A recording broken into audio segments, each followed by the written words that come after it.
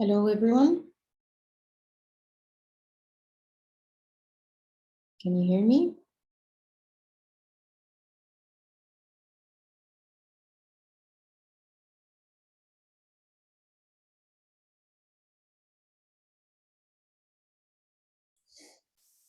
Hello. Hi. How are you? I'm good, thank you. How are you, Ms. Shokia? Fine, Alhamdulillah. Thank you, Mrs. Isra. So I'm gonna ask you all please to mute your mics. Okay, so we can start. So hello, everyone, and welcome to day 2 of Teaching's event, Transforming Assessment for Students' Development. This is Isra Osman, Educational Services Manager at Teaching. Today, we'll continue exploring the topic of assessment and its importance to both teachers and students. We'll also discuss using assessment data to support your teaching, taking care of your students, mental health during exams, and many more topics. Today's sessions are presented by another group of respected educators from different parts of the world. We have presenters from the US, Egypt, Turkey, Philippines, and India today, and we are so happy to have them. Before we start, I'd like to share with you a few guidelines. Our session will be running for about 2 hours. If you have any questions during the session, please type them in the chat box, and we'll dedicate a few minutes after each session to answer your questions. We'll be sharing various resources and conducting many activities, so please try to make your camera's settings on in case there are any QR codes shared by the presenters. If you have any difficulties hearing or sharing your audio or video, please type in the chat box so we can help you. Keep your mics and cameras off or mute throughout the session to avoid any distraction. Okay, so let me now introduce our first guest, Mr. Arturo Palaming. There has been a slight change in the presenter schedule. So today we're going to start with Mr. Arturo, and Ms. Marwa will be the last presenter in our webinar. So Mr. Arturo is an SHS lecturer at Bautista National High School. He's a certified CELTA, Delta, TESOL, and TEFL instructor and has been in teaching profession for 25 years. He published his researches in an international journals indexed by Google Scholars, DOI, and Copernicus. So welcome, Mr. Arturo. You can take it from here.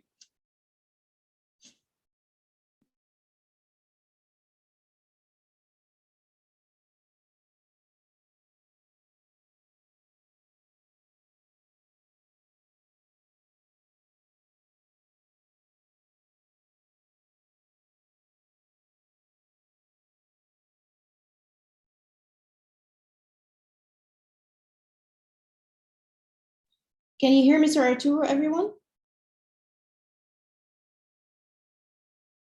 No.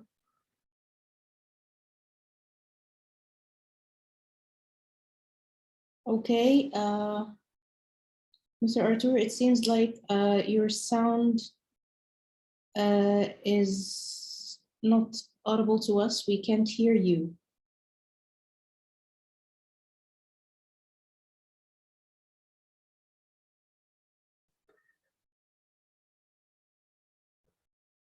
Ano maalis to hindi ko makita yung kahit anong pindutin ko na dito. So I will be presenting to you. So I will be presenting to you how to use the data from students' assessment to develop teaching. So my focus of my presentation is the 2 kinds of tests, which is called the Criterion reference test and the norm reference test. Now, I will be dealing with scores, okay? I will be dealing with scores numbers. And these scores, we are going to interpret them so that it will develop or enhance teaching. So most probably, this discussion will focus on the importance of scores, how those scores is being interpreted by the teachers, and then from the interpretation of the teachers, now make a decision making, or yes, going to make a decisions towards the improvement of his teaching, or towards the improvement of teaching. So I will not be dealing with rubrics scores, but I will be dealing with the actual scores, the numbers. You know, numbers are, they are numbers. So therefore, if they are numbers, they signify something. They speak for themselves. That's what the presentation that I'm really going to talk about. So let us start. So when we talk of criterion reference test, or this is a kind of test designed to measure the student's performance against a preset determined criteria or learning outcomes or learning standards, which means that if you are going to use this kind of test, there are already predetermined criteria. What are those criteria that you are going to measure? What are those things or descriptives that you are going to measure as an output of your teaching? So these tests also set criteria such as your learning objectives. What else? Your desired learning competencies. That's why they are called predetermined criteria.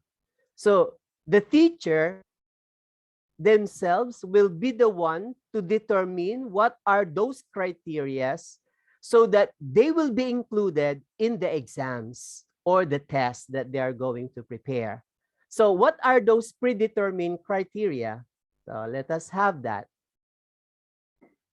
Now, the predetermined criteria are the learning objectives or the intended learning outcomes.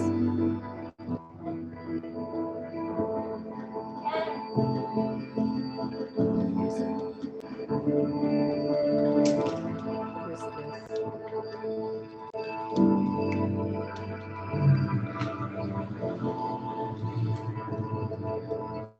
These are the intended learning outcomes, or sometimes they call that as the learning objectives, or some other terms, they term it as specific skills.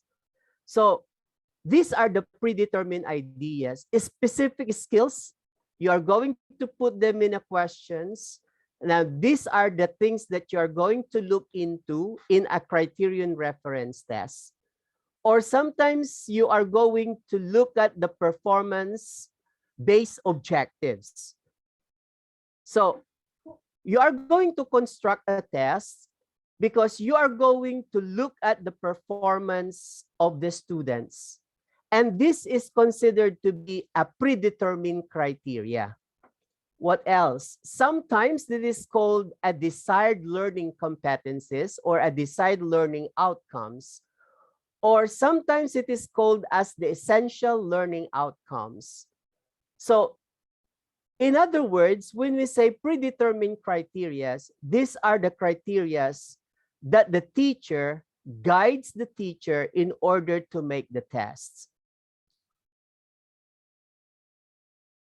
Now, a criterion reference test are used to evaluate students have learned a specific body of knowledge. If they learn that something, or if they learn a specific skills, then if you want to evaluate that, or if you want to assess that, then you are going to make a criterion reference or criterion reference test. So one of these tests, or one kind of this test is called the teacher-made tests or your quizzes. Can we consider that? We can consider that as a criterion reference test. Okay. Now, how is it compared to norm reference tests? Now, when we talk of a norm reference test, goes with the norm.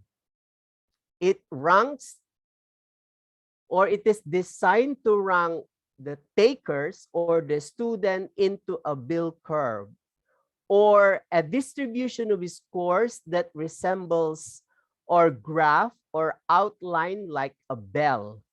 Now, on the other side, it is a small percentage of students performing poorly or they are not performing well.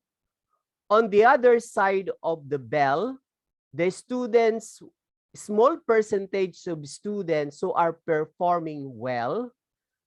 And at the middle side of, or at the middle of the bell are these are group of students who perform the general or most average. Now, these are the two things that I'm going to give an explanation, as well as these are the two things that I'm going to compare along my discussion. So let us take first the the criterion reference test. If you have the scores, or you have the scores of your students, you give a test. Now, what is the meaning of these scores? After checking them, after giving them scores, then what is the value of this? So let us take the the criterion reference test. Now, a norm reference test, is easy to develop, or sometimes some people, they say it is difficult to develop, but to some it is inexpensive, simple, and easy to score because it's a norm reference test. Sometimes norm reference tests also, they said it is developed because it has been piloted and it has been tested several times, because you are going to measure the performance of your students. So how could you make and arrive at a conclusion if the test is not being validated or if not being piloted? You cannot make any conclusion at that. Now, the test itself is an instrument, which means that since it is an instrument, it means that you need to have an interpretation or decision. How could you make a decision or arrive at the decision if the test is not validated? That's why norm reference tests should be validated. What else? And norm reference tests also specify what are those areas that the student needs, or what are those areas that the students improve, or what are those areas that the student deficit. Now, this norm reference test also measures that. Another thing, the last one is, when you are using a norm reference test, it means that you are within the standard. It means that you are just fair enough to judge or to give an interpretation on the performance of your students. You avoid favoritism, you avoid favoring somebody or leaning to someone. It means to say you are decreasing the number of biases when you are using a norm reference. So let us have this example. It says that when there is a test, then the test shows the attainment level or the intended learning outcomes. So you have the scores of your students. Now, if you want to know the attainment level of the ILOs or intended learning outcomes or the objectives or the skills, if your student attain, then you have to analyze the scores in this way. So the first column, it talks about the test question number. So you have question 1 to 5. And from question 1 to 5, opposite to that is the intended learning outcomes, or the ILO number 1, there are also 5. Now, there are 20 students, and then you're going to put the scores. So, in ILO's number 1, out of 20 students, there are 13 students who got the correct answer.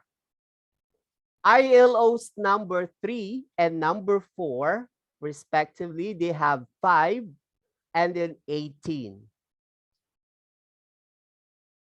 ILO's number 5, question number 5, this is a perfect score. Student got the correct answer.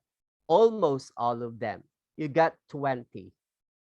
Then looking at the other side, that is the percentage of the scores.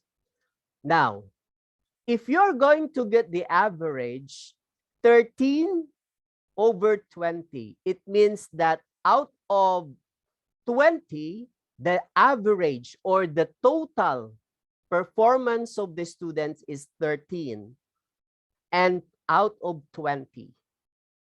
So what will be your interpretation about this? So if you are going to look at this, question number 3, which referring to the attainment of ILOs or objective number 3, student, they did not get it.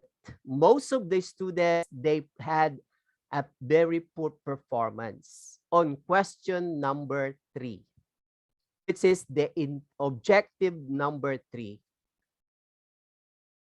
And ILO's number 5, most of the students, they got it. So it means to say here that what is the implication of this towards teaching? Are you going to reteach all the ILOs? Or are you going to teach only ILOs or objective number 3, which is most of the students, they got it at the very lowest, at the lowest score. They scored only 5. So this is the implication, or this is now the implication of these scores towards teaching. It means that if I am the teacher, of course, I'm going to reteach ILO's number 5.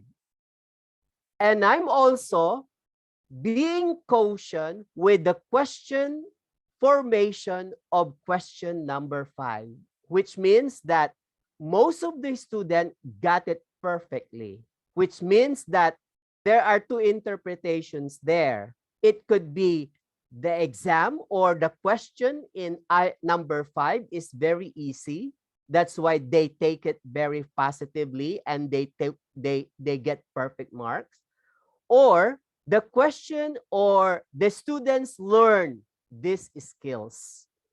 So this is now in the attainment of the learning outcomes. Now, let us go on further.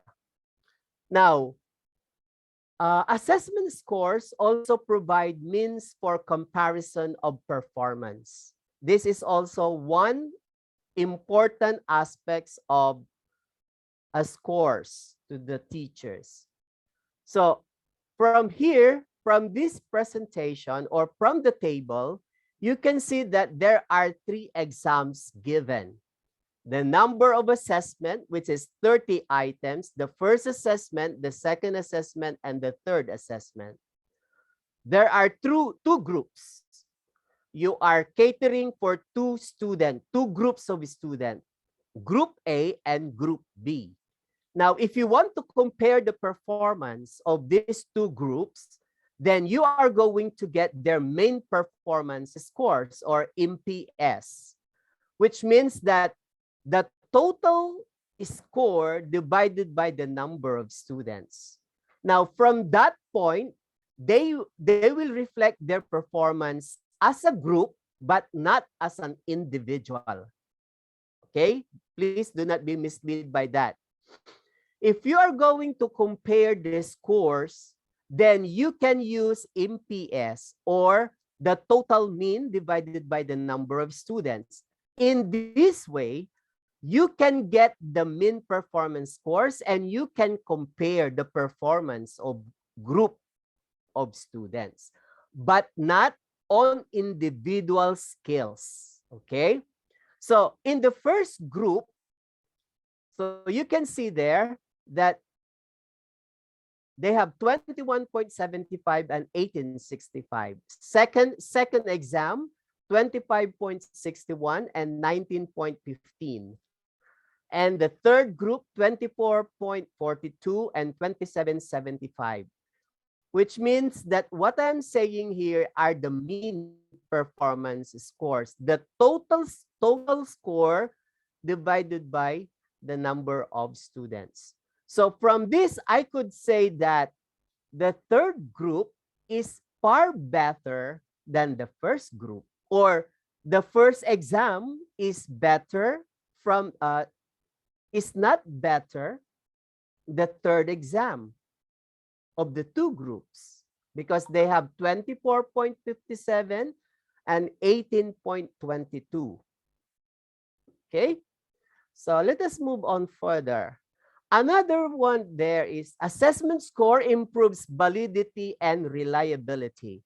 So there are 10 questions, there are 5 students, you are going to take their responses. So you are going to, by taking their responses, the X is wrong and the check is, meaning to say they get the correct answer. From the total, it means that in the first question, total correct 5 and total incorrect 0. So it means to say that all the students, they got it. Now, let me invite you also on number 8. There are 4 correct answers, incorrect 1.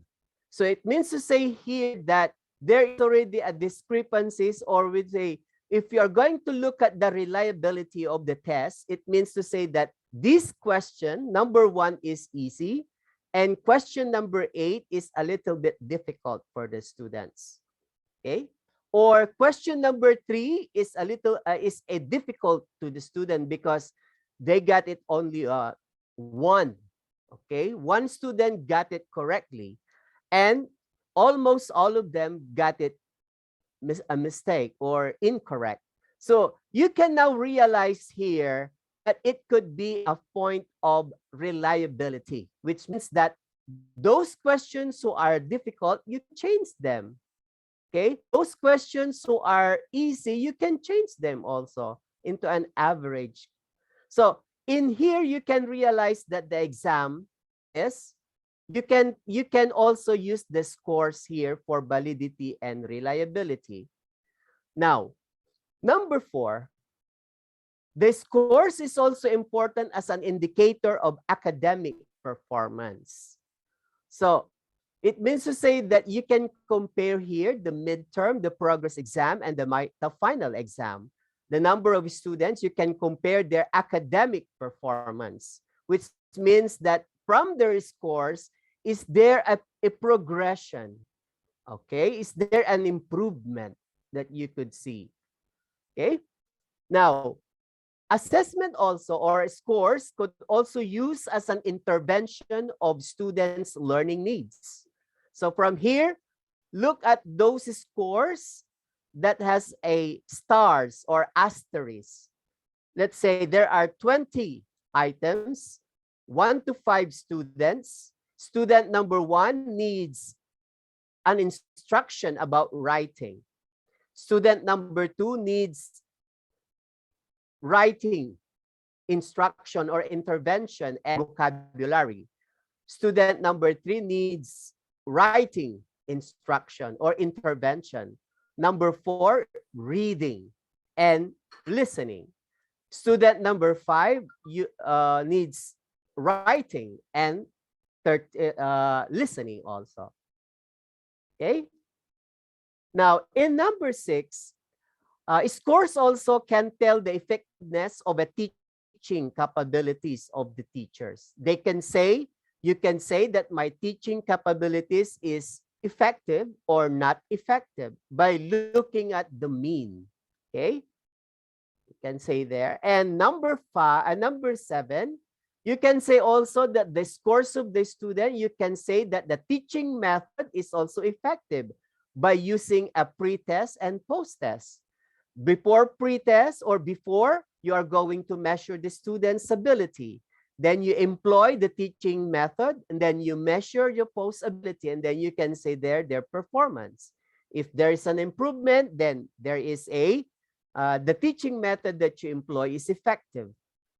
Now, how about the criterion or norm reference test? In a norm reference test, you can see there that you can divide or you can group your students into a bell shape.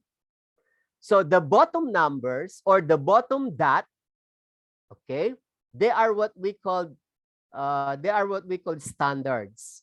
So if you are given 30 items, the average of that is 15, and this is letter C. Going to the right, you are going to add 5 as your standard or standard deviation. So 15 plus 5 is 20. 20 plus 5 is 25. 25 plus 5 is 30. So it means to say this is your deviation. Now, as you go further from the average to the right, it means that you are the number of students is also getting lesser. The same is true to the left. It's a negative, so you minus it. So 15 minus 5 is 10, and so on and so forth. So therefore, as you move to the left, it means that this is a negative part, and it should have a lesser number of students. Now, from this presentation, it means to say that the score here are all filed in 25 to 30. Most of the students, they got a score of 25 to 30. So what is the implication of this? The exam is invalid because most of the students, they got it correctly. So there must be something wrong with the exams that was administered because this is a norm reference test. A norm reference test should have to scatter the number of students. So you are going to check the exams at this point. Now, a total bill number or a norm reference test should have this look like. So it should be like this, that there should be a balance between the left and the right of the bell. That most of the students are in the middle, which is the average, and on the right side, most of the students are performing better, and most on the left side, these are the students that needs improvement. And this is how you are going to interpret your scores in a norm reference test. Okay? So thank you so much. Because of limited time, I just give you the background, simple background of it. So thank you so much. Thank you, Mr. Arturo. Thank you very much for an insightful session. Actually, it was very helpful to try and understand what's behind the numbers. So it was very insightful. Thank you very much. So now you can stop sharing your screen. Is there any questions for Mr. Arturo? If you have any questions, please share them in the chat pod now.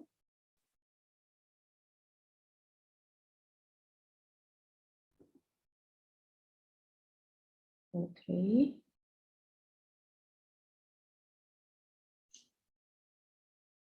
Okay, no questions so far. So thank you, Mr. Arturo, very much.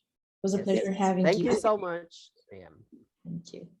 Okay, so now we are going to move on to Mr. Rayner. Mr. Robert Rayner will be joining us today, and he will be discussing an important topic.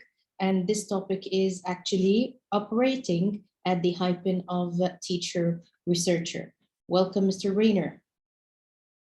Assalamu alaikum. Walaikum salam. How are you, sir? I'm very well. How's everyone? Well, I'm going to actually cover some of the things that our first speaker spoke of. But I'm going to, let me share my screen first.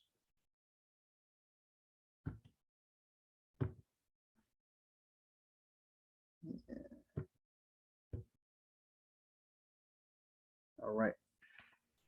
So again, my name is Ray Roberts. I am the managing partner of the Academic Partnership. I'm out of Riyadh. Been in Riyadh for a little bit over 10 years, 11 years now. And we interface with schools and universities throughout Saudi Arabia and throughout actually the world, America, Africa, Southeast Asia. And I'm also a lecturer at King Saud bin Abdulaziz University of Science. Today, what we're going to talk about is teaching at the hyphen. And teaching at the hyphen of teacher researcher. So I want to start the conversation. I always have a little quote before I begin any of my my talks, and this one is very pertinent to the talk today, and is, I want you to think about this. If you do not know where you are going, any road will take you there. And this is very important when we're talking about teaching and learning. So I want you to think about this quote as we talk. So the next thing we're going to do here is I'm going to pose some questions to everyone. And I want you just to think about it. And if you can, I want you to tally maybe in your mind, or if you have a sheet of paper, I want you to tally the number of yeses.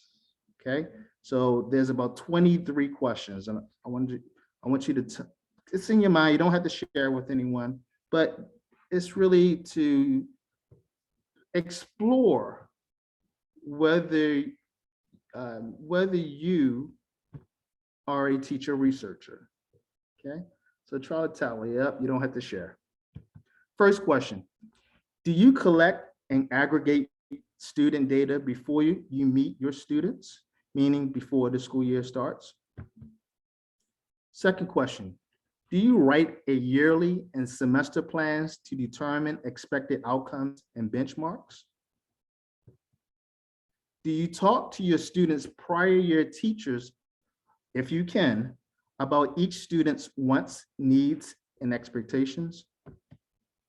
Do you know your students' wants, needs, and expectations? How do you know? That's not a yes or no question, but just something to get you thinking. How do you know? What method do you use to observe, record, and update student profiles? So in essence, do you student profile? Do you learn a profile? And if so, what method do you use? Do you post on the board and discuss with your students the objectives? Are your objectives SMART?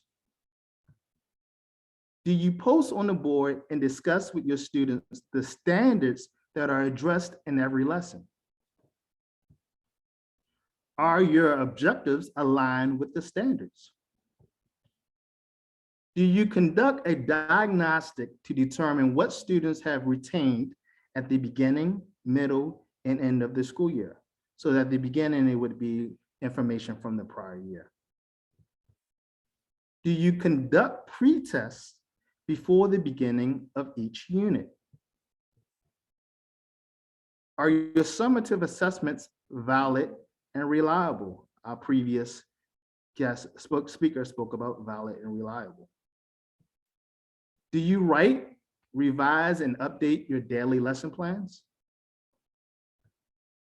How do you determine what context, very important, how do you determine what context is appropriate? How do you know your students are learning? Do you reflect on every lesson, keeping in mind your students' wants, needs, and expectations? You're going to hear me say that a lot, wants, needs, and expectations. How do you know your students are prepared to take summative assessments? Does your school utilize a SIT? Does the SIT regularly meet and post their minutes? Do you issue a rubric for every writing assignment or project? Are your students required to write reflections regardless of the subject, even PE? Do you utilize, this is the last one, I believe, do you utilize exit tickets after every or most lessons? All right. So did you get a chance to tally your answers up? Okay. So just figure out, did you get 17 out of 23 yeses, 2 out of 17?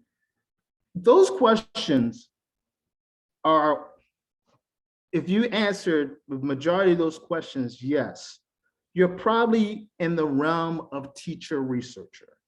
Teacher researcher is operating at the hyphen. There's a relationship between the teacher and researcher. And as a educator, you are not a teacher. You're not a teacher. The learners are the teachers because they teach themselves. What we are as educators, we are social scientists.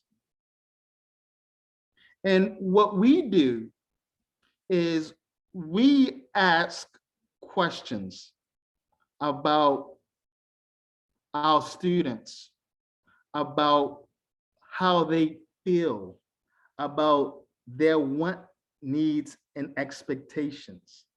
Why are they there? Where do they want to go? Where do they need to be? What do they really want? How are they motivated? And we take all this information and we ask these questions to determine our method, to determine how we will engage our learners, to determine what resources our students need, to determine how to scaffold.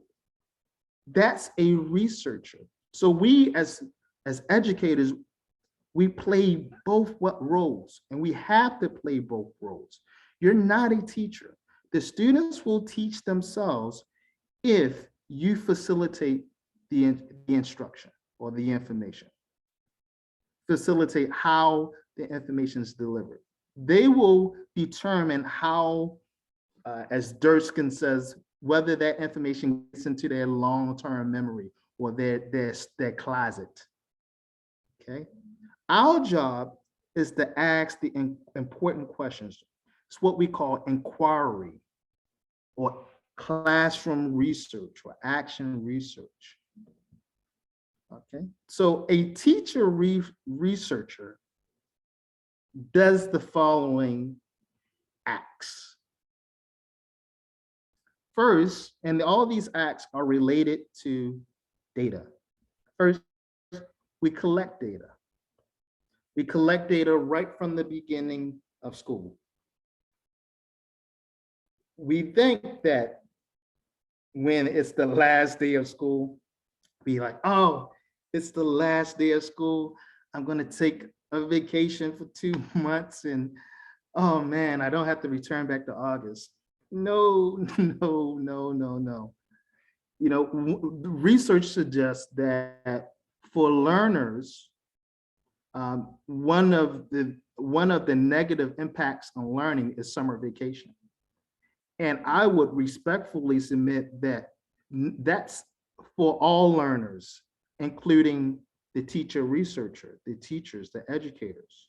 We are learners. We're learning with our students. We're learning about them. We're collecting data about them. So right at the end of the school year, it's not over because we're waiting for our administrators to give us a new class list, and we should take that summer to find out as much. I'm not saying, don't get me wrong, relax, take a vacation, but we should spend a critical part of that summer figuring out the people that we're going to engage the next academic year. That can be talking to the teachers they had in the previous year if they went to the same school, collecting data, running, looking at past assessments, looking at their school records, maybe even making contact with them if you can, having meetings with them before the school year, because we know that we often do not have enough time during the school year to do these things. So the summertime is a great way to get to know your students. Now, the question is, are your administrators organized? Is the school organized enough to have that information for you and early on in the school year? Sometimes yes, sometimes no. So the first thing we need to do is collect data. The second thing we need to do is understand the data. So the teacher researcher understands the data. That's where we aggregate. That's where we analyze and do all the things, some of the things that our first speaker was talking about. The third thing we need to do is plan. We need to backwards map and figure out, based on our students and based on the standards and based on a lot of other factors, where we need to go. Basically, the main factor is the students' wants, needs, and expectation. And we need to plan out. So we need to first know what those wants, needs, and expectations are. So we need to make sure that we create a yearly plan and semester plans and unit plans. And we should do that right in the summer, right before school starts. The next thing we need to do, and I have this in red, is we need to assess. And the reason why I have that in red is this is when we throw an audible. And an audible means sometimes the plan goes out the window. That's the interesting thing about what we do. Because in the day of action, the first day of school or any instructional day, we all know that our wonderful plans go out the window when something happens, or when there's a situation, or when the principal comes in and says this happens, or the fire alarm rings, or a million other things. So the teacher researcher has to be able to assess real-time situations and be able to adjust and throw audibles, okay? Just like if anybody who watches American football, the quarterback has to be able to look at the defense and figure out, whoa, that plan that we say we're gonna run, we're not gonna run that plan. We gotta run a different plan.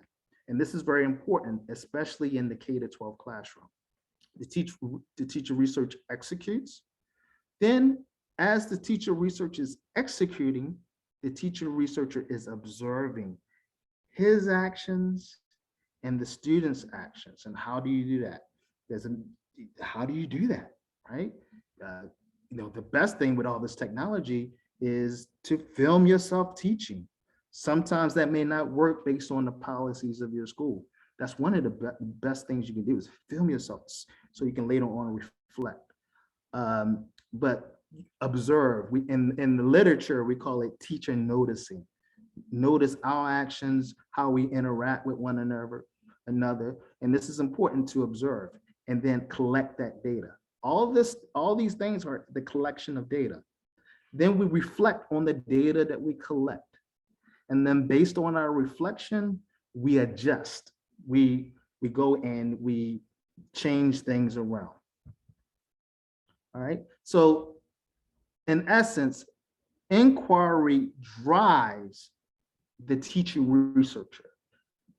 Inquiry is what compels us to operate at the hyphen, being able to ask important questions. As teachers or as researchers, it's called researchable questions. We're going to talk about that. What is a researchable question in education? A researchable, and I want everyone, if you're listening to me, if I haven't bored you yet, the researcher, Donald Freeman, who has a wonderful book about action research that I will share with you.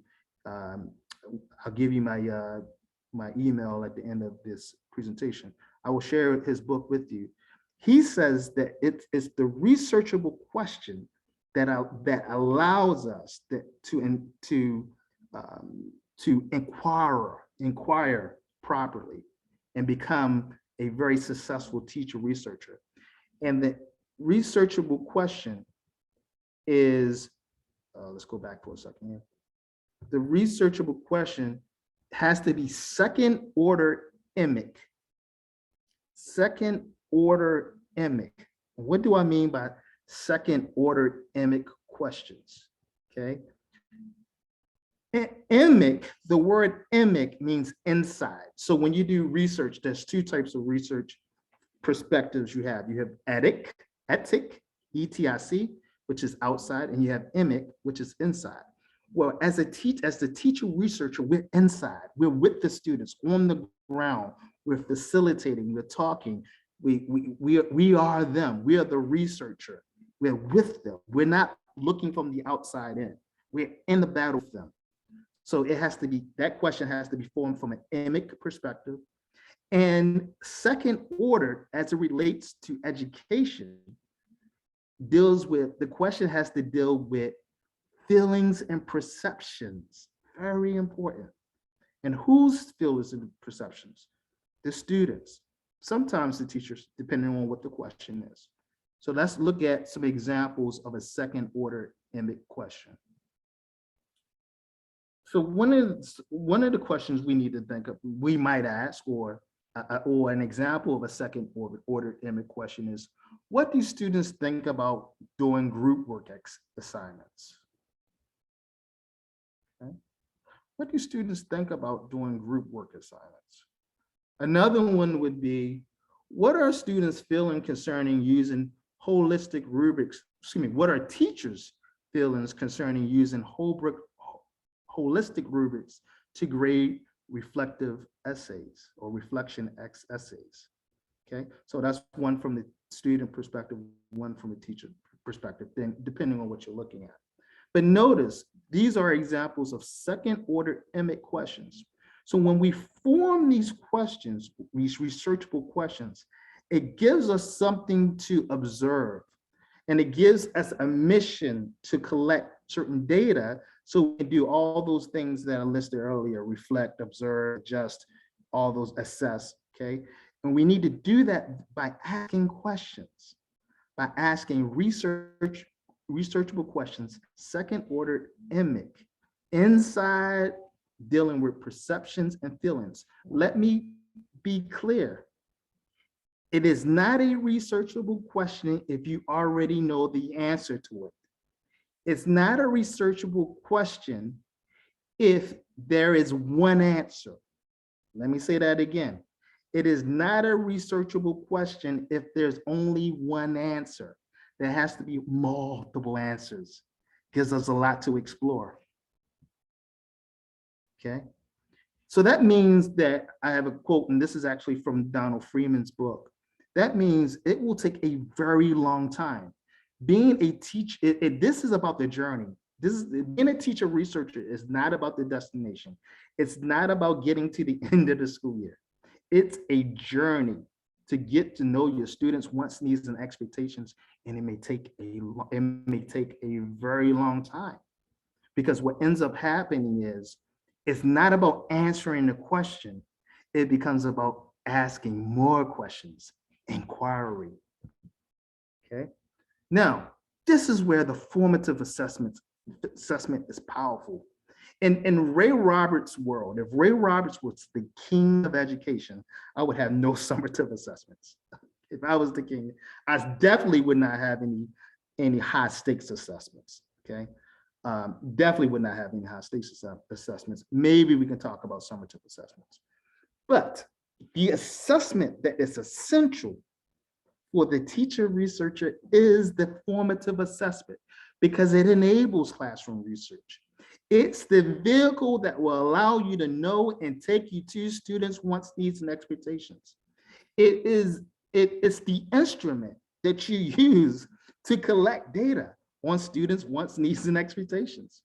It allows us to think about gives us an opportunity to explore methodology to determine method, to explore methodology to determine method.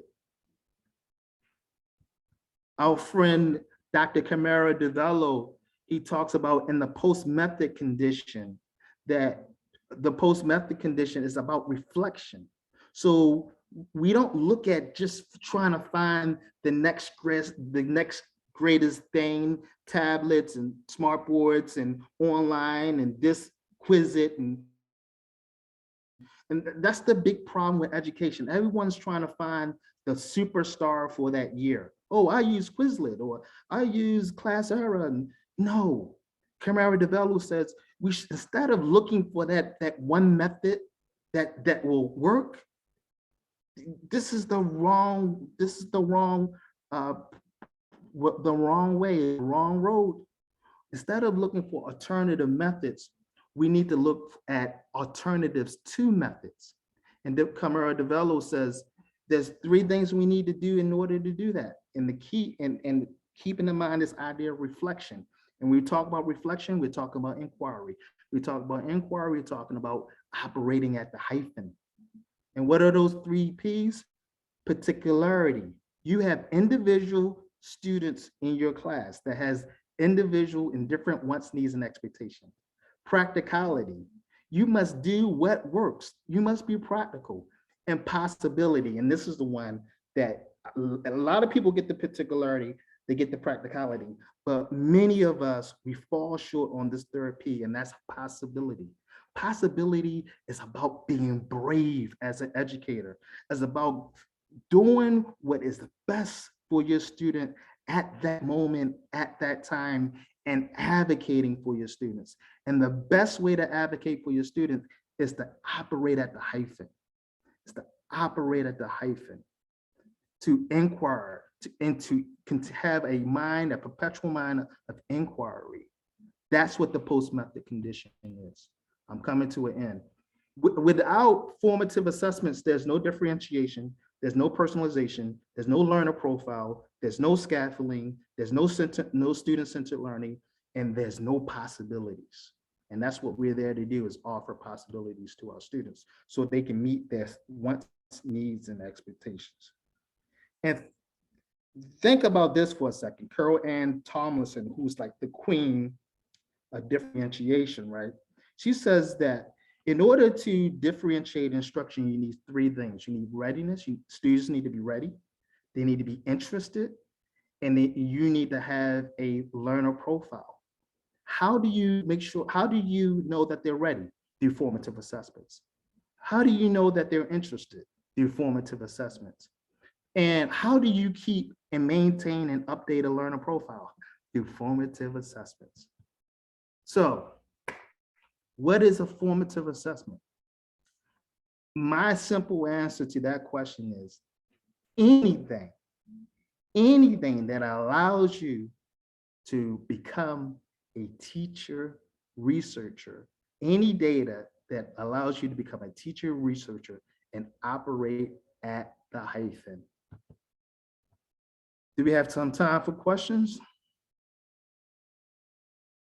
I think we have about 1 minute. Thank you very much, Mr. Rayner. It was really informative.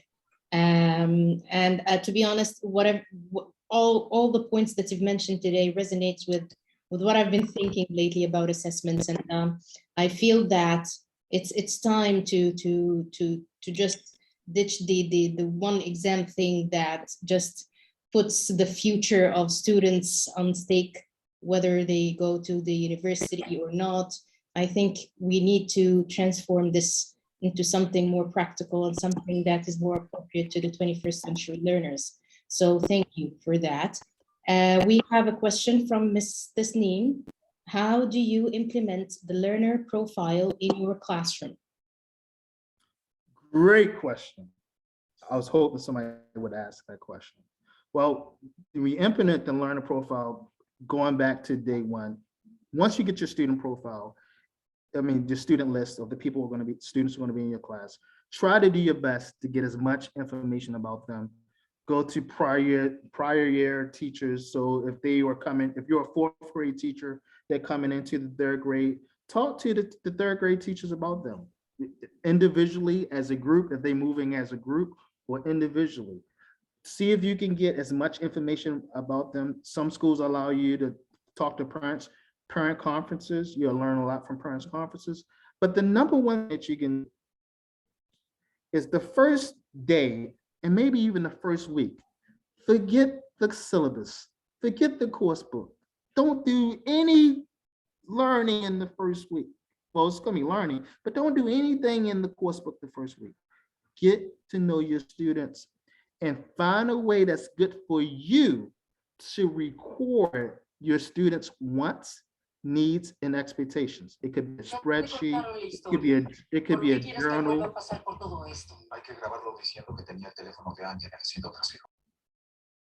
be a journal, it could be whatever's comfortable for you. So you get to know who your students are, and then update that. It's important to update. So this is the question that we had.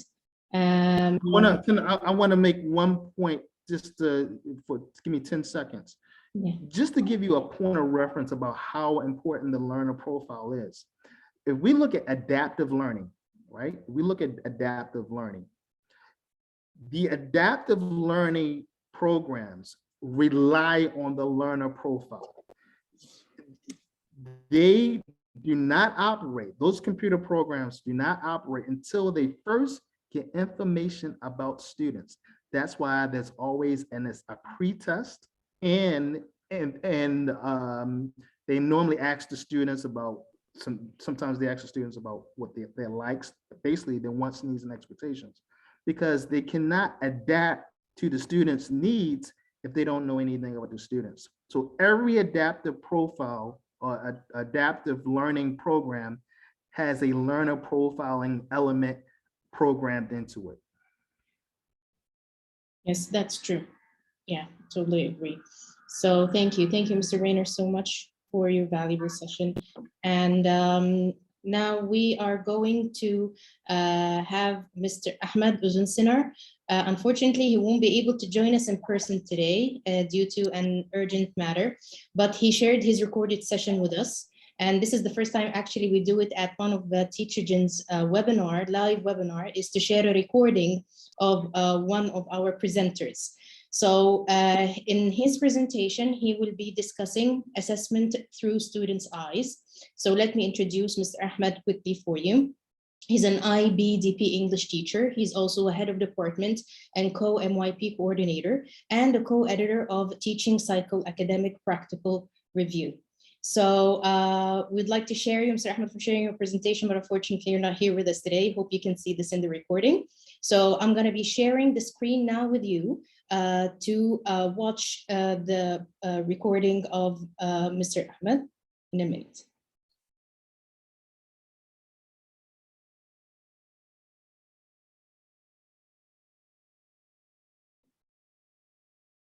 Good evening, everyone. I would like to start by stating that it's a pleasure for me to be together with you this evening.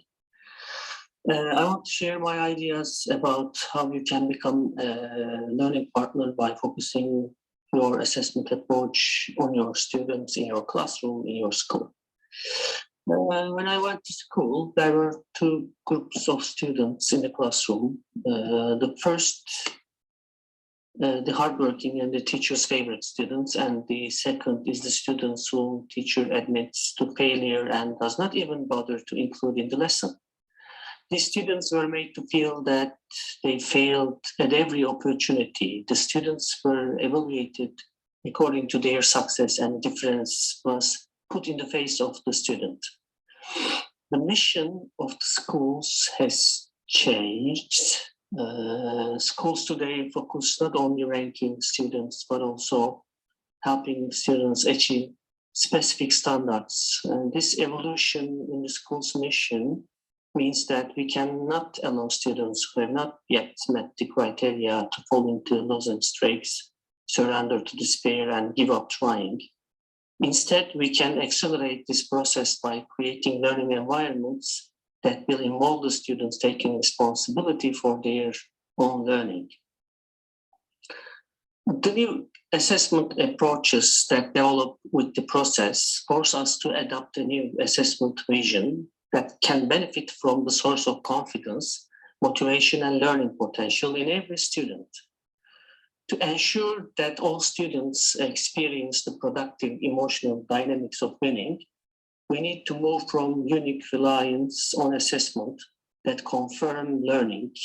We can call it learning assessments. And this transition process will bring the students into focus of the assessment. So first, we must grab the emotional dynamics of the assessment through the eyes of the student, both as assessment winners and the assessment losers. The assessment experience of these two groups will be broadly described in the assessment experience table in the following slides through the end, to enable students to experience, the emotional dynamics of the achievement productively. We should use assessment as a tool to support learning rather than as a tool to confirm learning. This tool should be an assessment for learning. Let's put ourselves in the shoes of a constantly failing student and try to understand what's going on in his or her brain. When a failure becomes a habit, she or he begins to think, this hurts, I'm not safe here. I just can't do this again. I'm confused, I don't like this, please help. Why is it always about what I can't do? Nothing I try seems to work. Feedback is harsh, feedback is criticism, it hurts. Public failure is embarrassing. Then students, she or he, becomes more likely to seek what is easy, to avoid new concepts and approaches, to become confused about what to practice, to avoid initiative, to give up when things become challenging, to retreat and escape. And they can think trying is dangerous.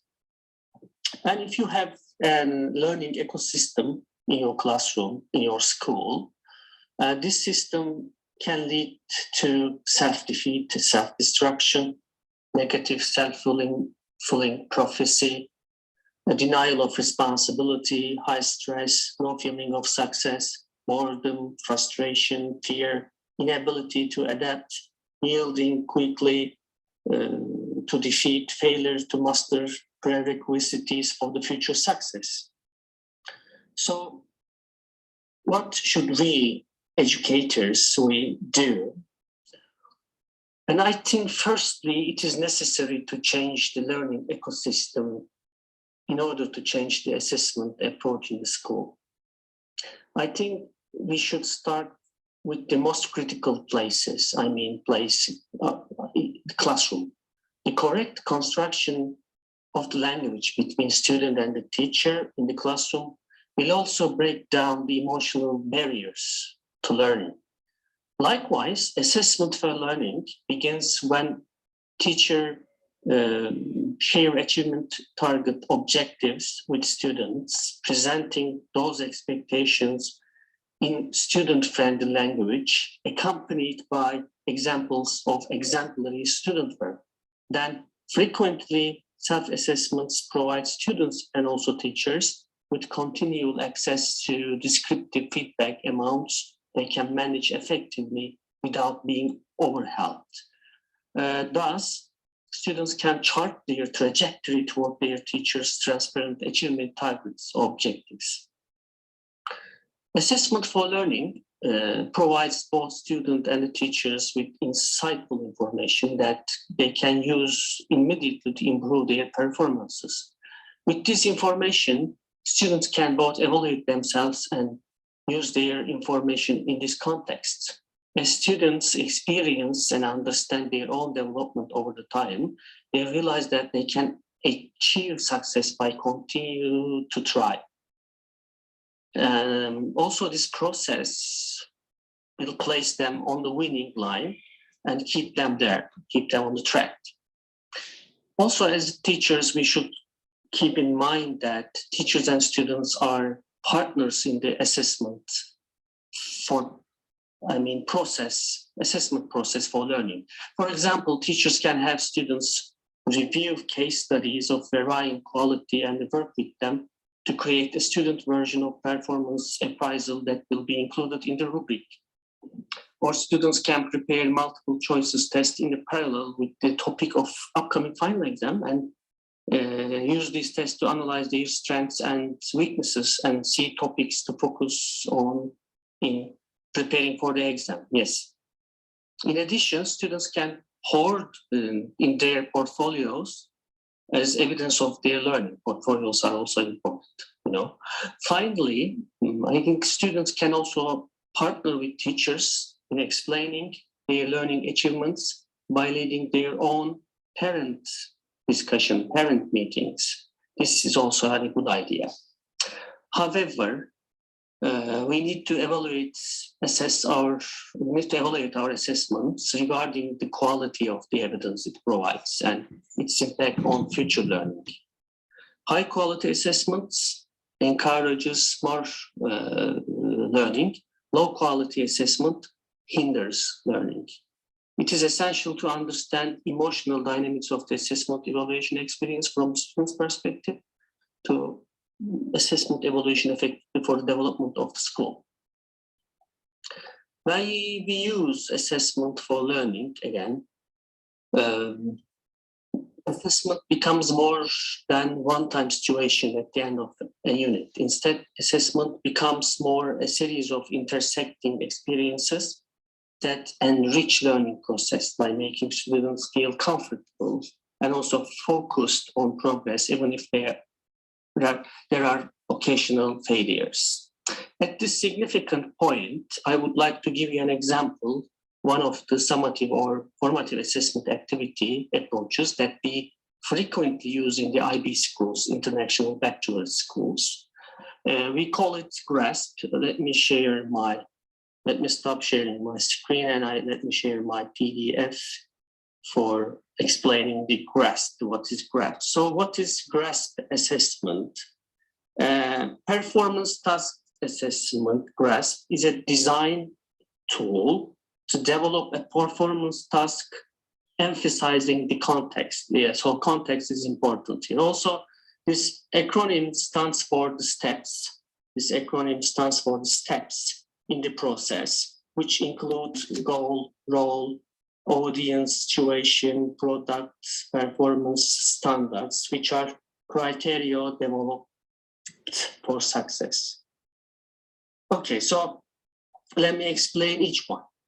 So you have to give them and provide a statement of the task, and you have to establish the goal, problem, challenge, or obstacle in the task at the beginning of your performance task, your goal. And you have to define the role of the students in the task. They have to be, it should be clear for them, and you should state the job of the students for the task. So audience is also very important and crucial. You have to identify the target audience within the context of the scenario, and you should provide examples, the example audience, and it might include the client or committee.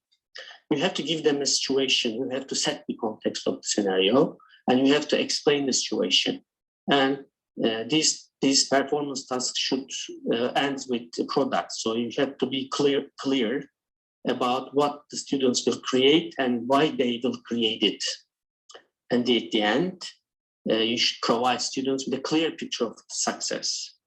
And you can identify specific standards for success and maybe issue a brief to students or develop them with the students. And I like this part. You can develop your standards and criteria, the indicators with the students. So let me give you some specific examples from some specific departments, lesson groups like math and social sciences.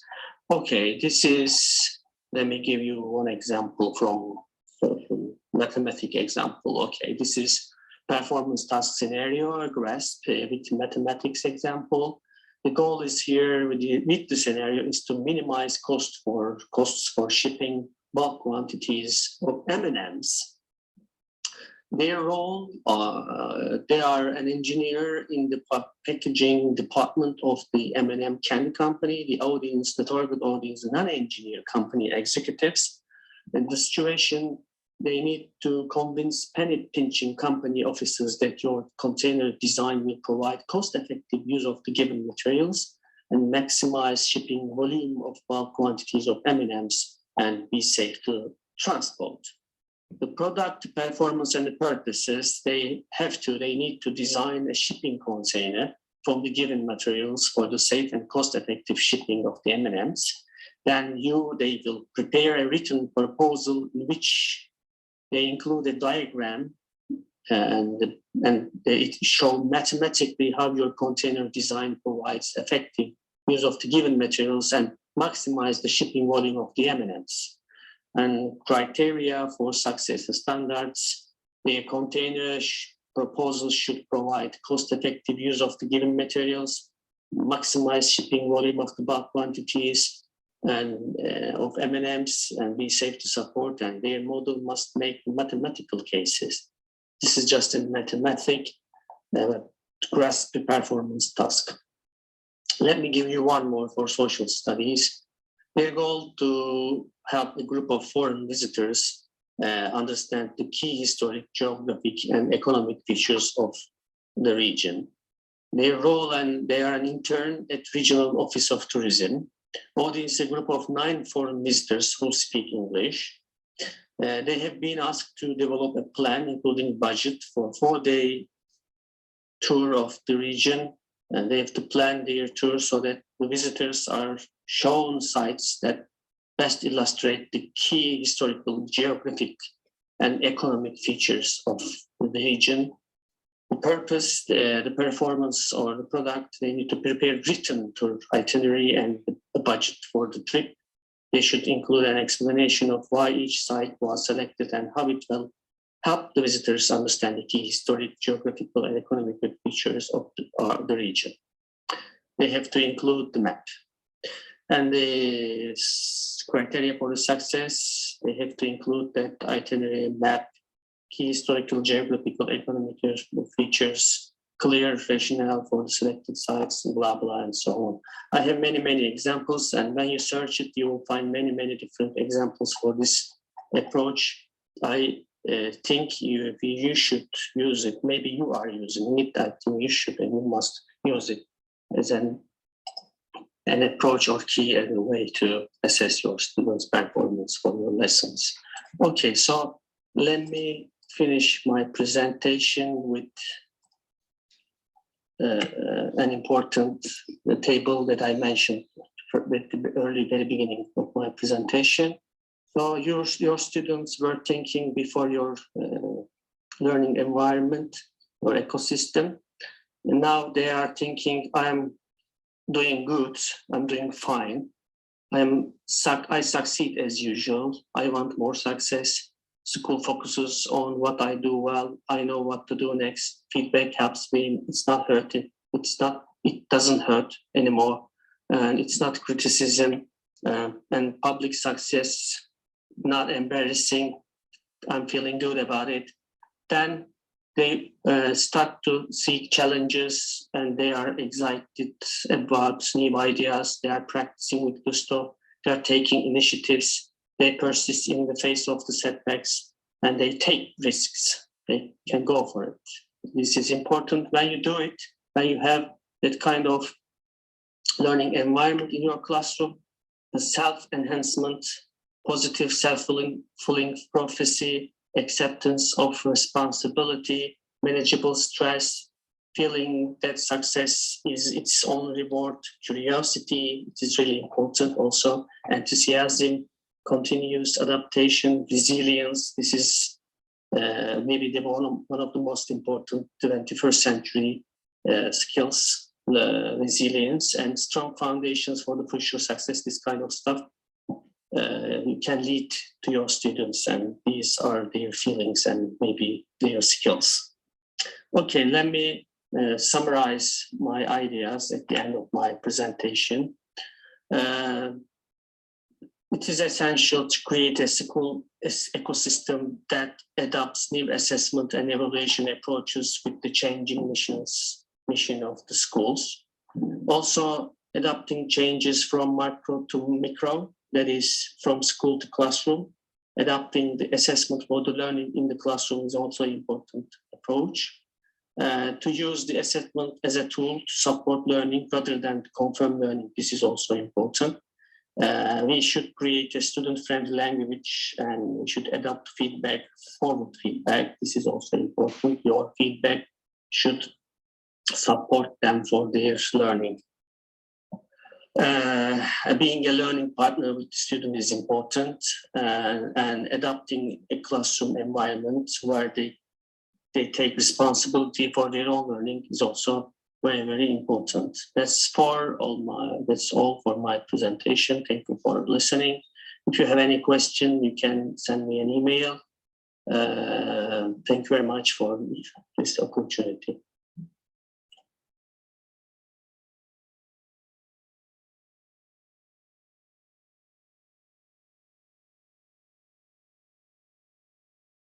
So thank you very much for your presentation, Mr. Ahmed. And if you have any questions for Mr. Ahmed, I'll be adding his email address to the chat pod in a minute. So you can send your questions to him or any queries about his presentation directly.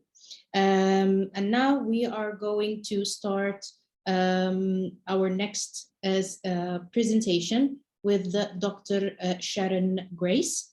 So Dr. Sharon Grace is an assistant professor at Sherry Shankar Lal Jain College for Women in India with PhD in English language teaching.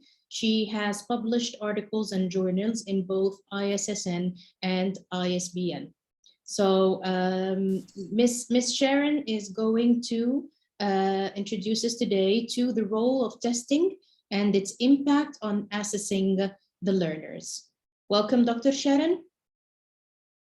Thank you, ma'am. Thank you for having me here. Thank you. Thank you for giving me this opportunity. So my topic for today is the role of test and its effectiveness in test. So, Dr. Sharon, your voice is a bit low. Can you make it a bit higher, please?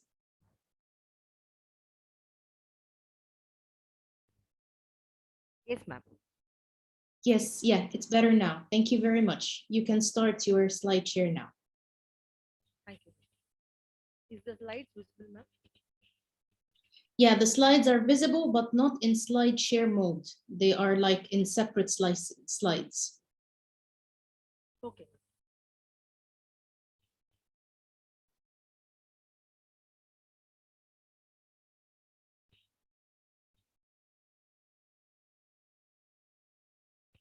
Okay, I'll just begin with the questions, ma'am. So do you like writing tests? If yes, why? And if no, why not? This is the first question. And my second question is,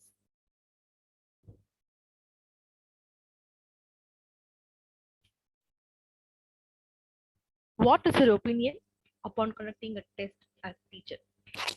Now, question number 3 is, how often do you conduct a test? Question number 4 is, how do you analyze the test result? And question number 5 is, what will you do after analyzing the test result? Now, is there anyone to respond to these questions, ma'am? You can write the answers to these questions in the chat box. Can you repeat the questions one more time, Dr. Sharon, starting from question 1, maybe to give them a chance to think about it? Yes, ma'am. So first question is, do you like writing test? Second one is, what is your opinion upon conducting a test as a teacher?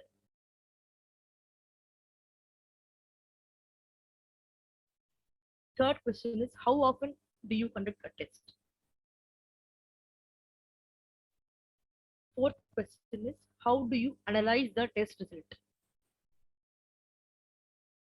Fifth one is, what will you do after analyzing the test result?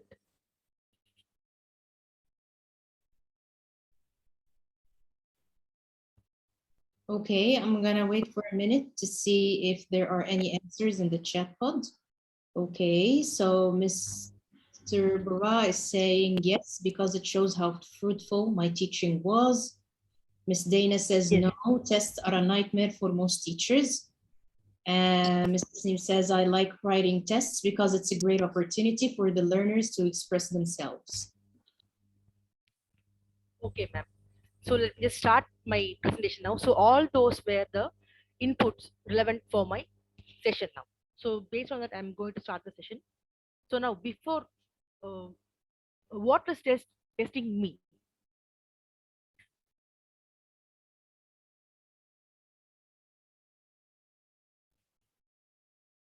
What testing means?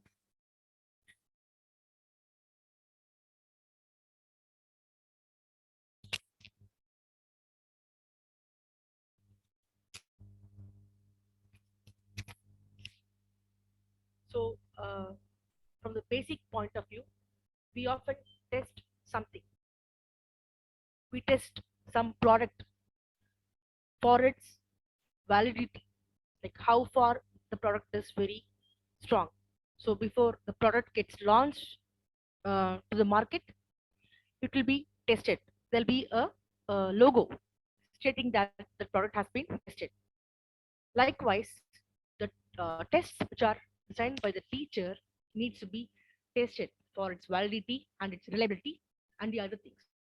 So how fruitful should a test be? Needs to be. And testing in an ongoing course serves as an indicator for teaching and learning.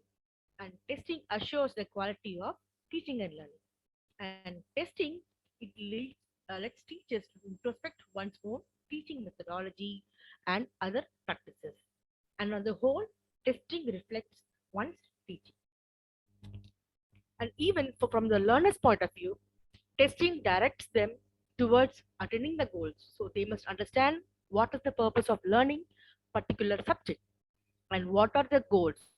So through which they will be attaining the learning outcomes. And testing also informs their level. So their status to while learning any particular subject will be uh, just given to them. A record will be given to them, and it is obviously through tests. And so, why testing is needed? These are the usual reasons which a teacher has. So first thing is to assign grades and to have an evidence of what students have learned.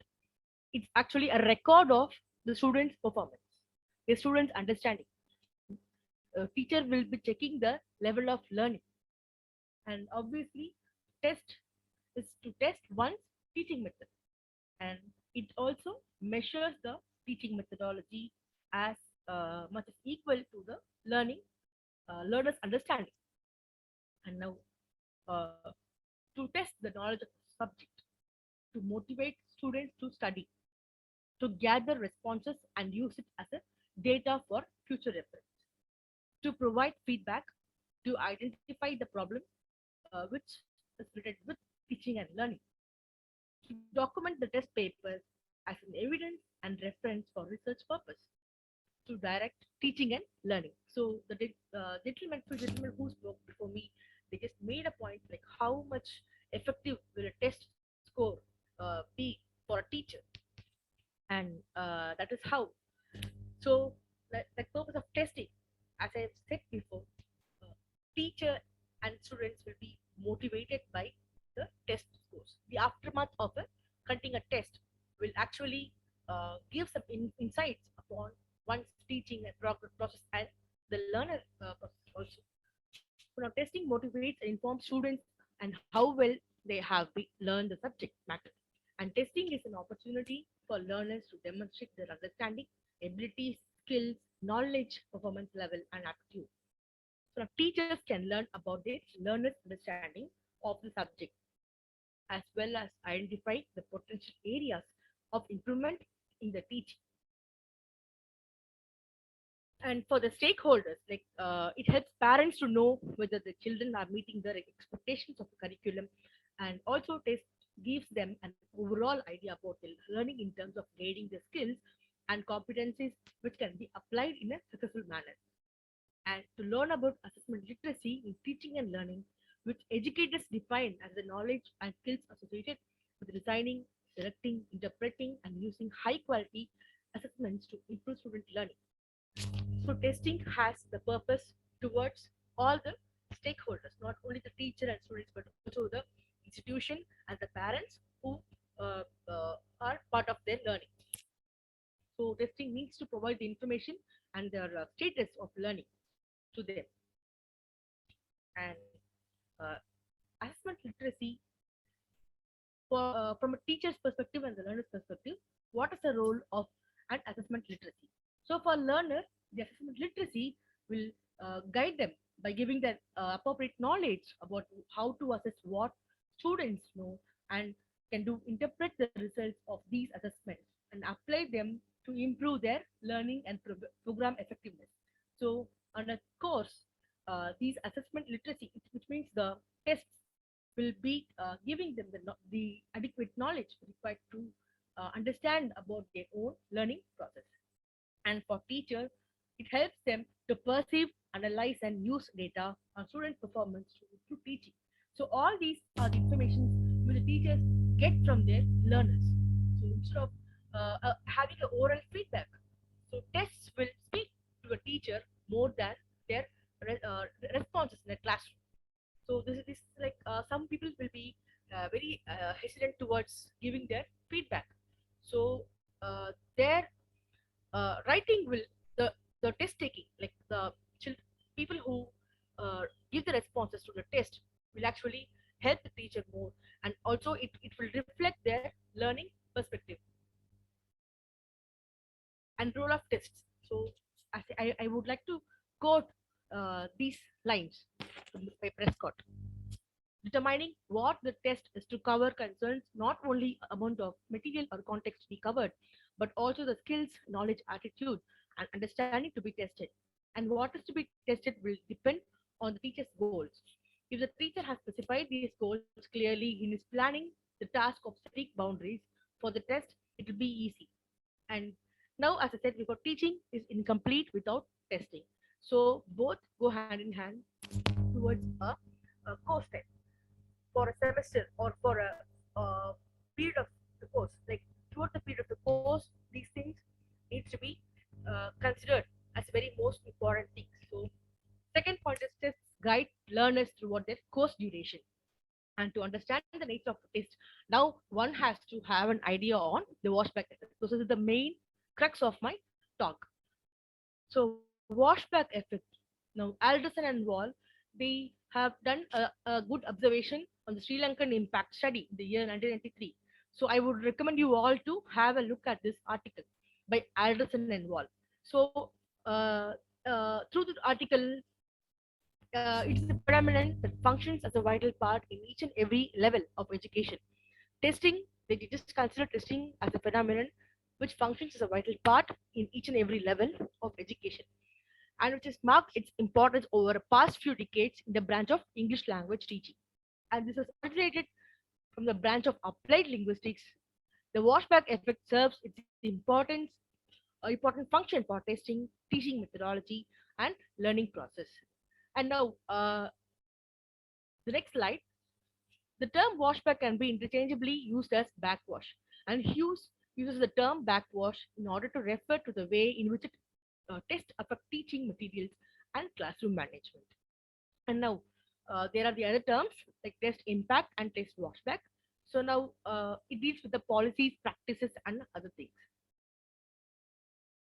So you have these two types of washback effect, the positive and the negative washback. The positive washback occurs when the testing procedures reflect the notions of the content, such as the skills and abilities, and which are carried by a teacher during the construction in a course. And good tests can be utilized and designed as beneficial teaching learning activities so as to encourage a positive teaching learning process. I'll begin with this negative washback. And this particular term, the negative washback, and Weissman and Pan, they refer to the test, the current trend of the students moving towards the paid coaching class. So it's all about the paid coaching classes where the teachers focus only about the quantity, not on the quality. So they just want the students to score a pass mark. So they use the shortcut method instead of having an assurance over the whether the learners have learned or not. So teachers say here under this type of category they prefer only the pass percentage. And here PAN he says that increasing number of paid coaching classes are set up to prepare students for exams. But what students learn are test taking skills rather than language learning activities. So here the test taking skills are given the most important than the language learning activities. So there is no real learning happening with this set of students. And this is the case where students mug up the entire content and reproduce it in their test papers. But they fail to realize the fact that they are not actually learning the methodology, the knowledge to apply the skills for a given task or question, rather than reproducing the on the whole.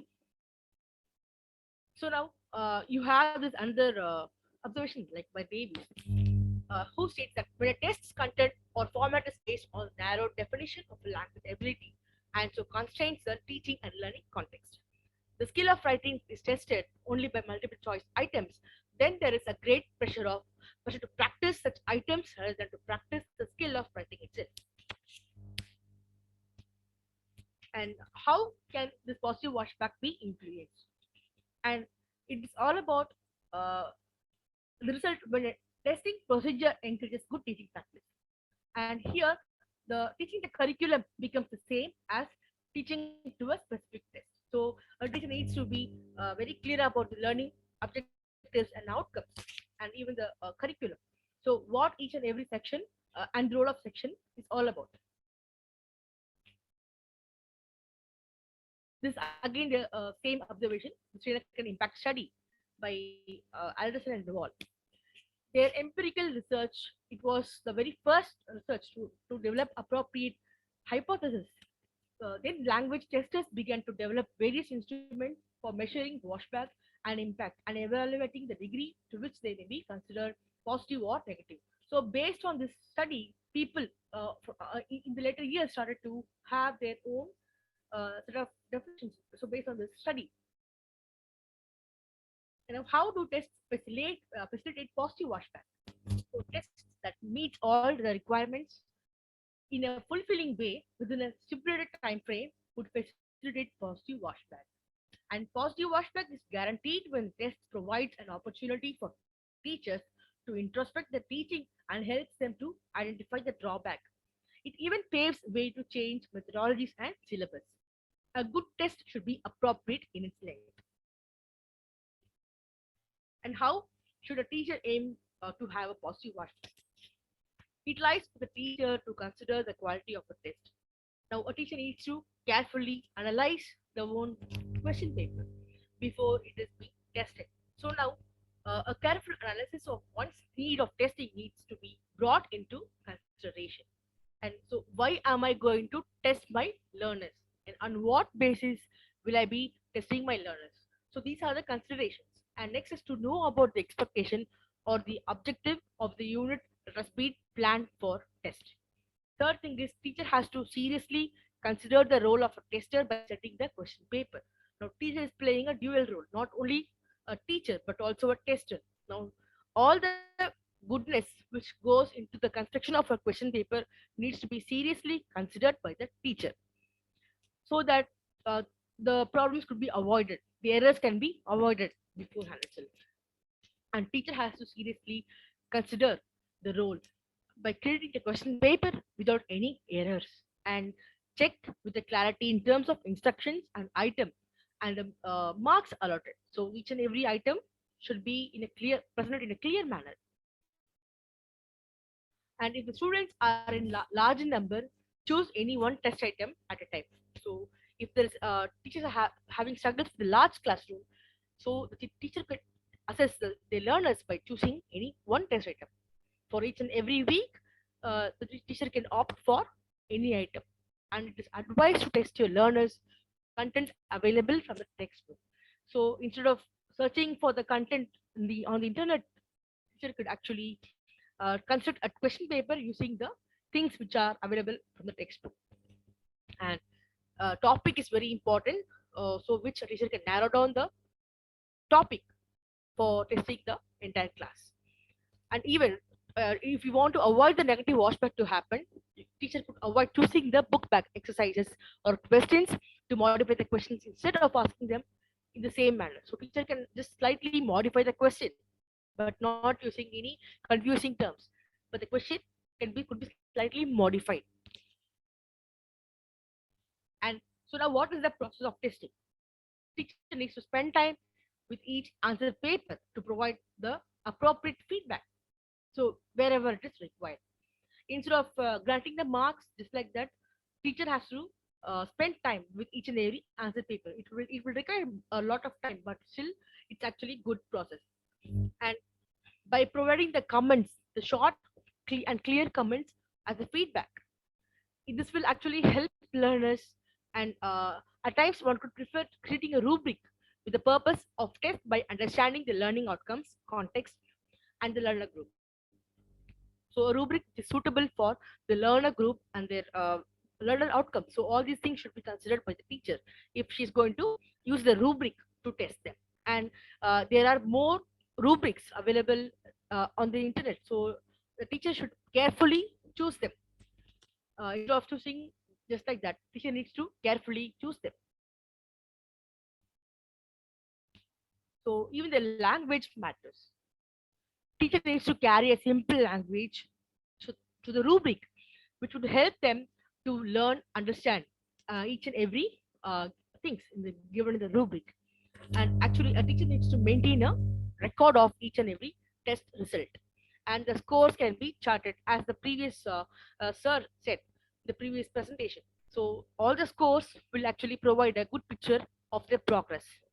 And if anyone needs the remedial coaching classes, like teacher could provide them, and teacher has to encourage their learners and motivate them so the performance level won't be very low.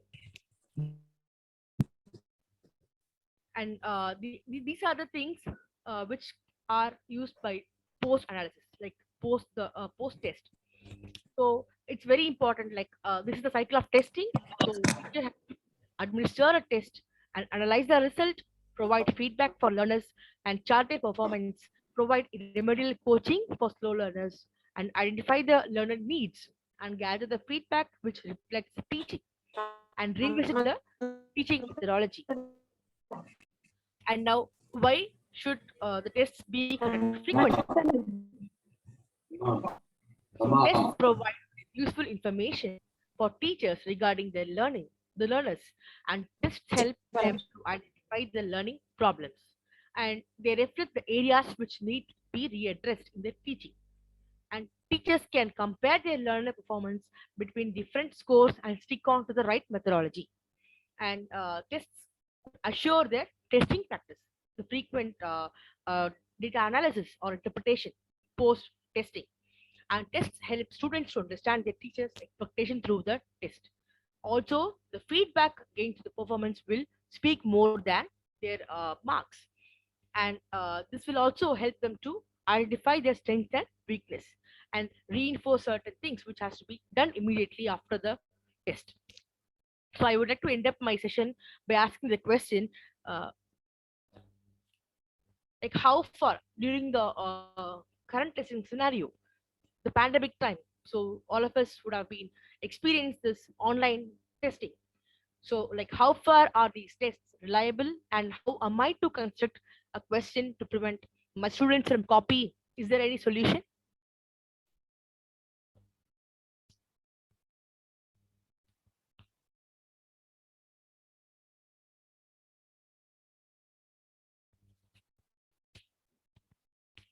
If you have any suggestions, please write them down in the chat box. We have less than a minute, please.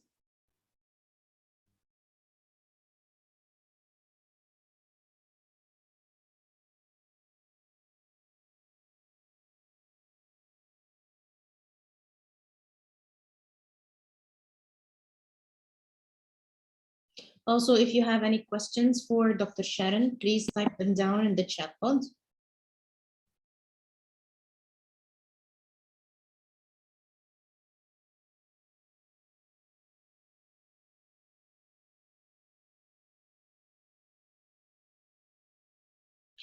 So Ms. Dana says tests were not very reliable as students can easily cheat. Okay. This is that. Dr. Abdullah says, I use quizzes to test the students. That's nice observation. Input. Okay, any questions for Dr. Sharon?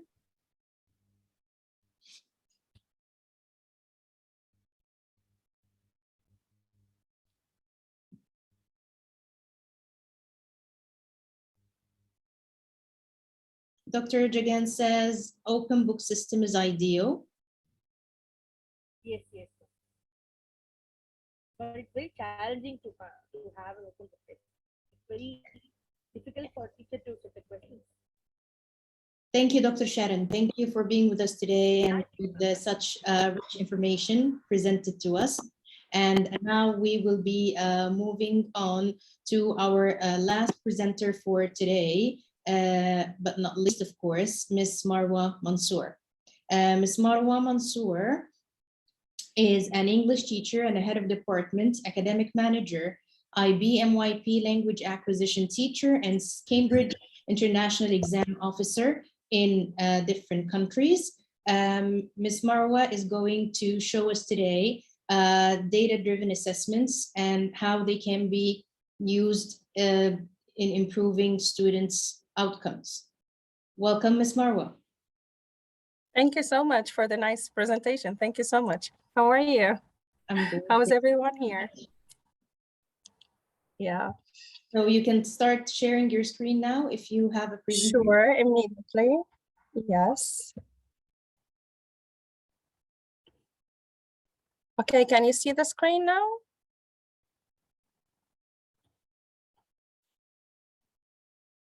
Yes, it's visible. Okay, But not as a slide share, like separate slides. Yeah, now it's a slide share. Okay, so let's go back. So now it's clear, right? Yes. I think so. Okay. Good evening, everyone. It has been a long trip for me today, so I beg your pardon if you face anything. Like I've just reached to a hotel. I was on a flight, and Alhamdulillah, I could make it to be with you tonight. Actually, as we are talking for the whole day, we are talking regarding assessment and so on. And this is my title for today, like in improving students' outcome. So let's start immediately here. Just a second, my computer is tired as well. Okay, so for today, we are going to discuss together first the analyzing the assessment data. What is this? And then measuring learning over time. How can you measure the learning over time with your students? And finally, we will end with tips to improve student outcome with assessment data analysis. So let's agree first together that the assessment or the data-informed education cycle is, as we can see on the screen now. We can say exactly where we can start, but let's say that we start by teaching. So you teach, then you assess, and after that you try to collect your data and analyze them and create action plan. Sadly, in some schools or with some teachers, they think that assessment is only for evaluation, and we are using it only to say that this child is successful and this one needs help. But actually, it's not only about that. It's also about how to create an action plan after you assess your student and collect your data and use it. So that's why we want to focus on that now. Okay, let me go to the next one. So here, how to measure learning over time. This is type of an assessment, but maybe some teachers are doing it while they are not recognizing that they are doing it actually, but they need to pay attention that if you hold a portfolio for your students and if you collect these types of data inside that portfolio, it would really help you to put an action plan at the end. So let's start by this, the curriculum as a common reference. And I believe most of the teachers are doing that. They are using the book they have or the curriculum or the syllabus they are following, and they are using whatever the quizzes or maybe the tests ready with the book.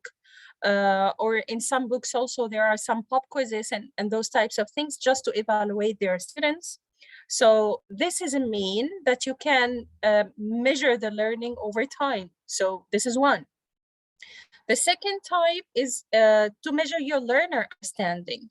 How can you do that? It's like conducting an appropriate assessment and analyzing the data to identify strengths and learning needs. Like when we apply some quizzes in the class, or even when we start a discussion with our students, or even when we ask them to prepare some presentations or to reflect to some other presentations presented by other students, or maybe to give a book review, or all these types of things, we can use them as to measure the learner understanding over the period of teaching. The third thing is measuring relative growth in learning. How can we do that? When you measure of how much a learner's achievement improves over a specific period of time. For example, at the end of each quarter, you need to stop by yourself and you need to take a look at your students. How did they improve from the very beginning of the year till the end of this quarter, or from the end of quarter one till the end of quarter two? What is happening with my students? What was the most difficult part for them in the piece or the thing I was teaching?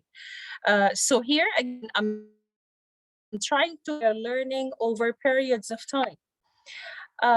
The fourth type is the international assessment. And of course, international assessment is international sample-based assessment programs. They establish their own framework papers. Like if we are talking about the international assessment, like the Cambridge one or the IB one, or even the one by College Board, the SAT or the AP or whatever.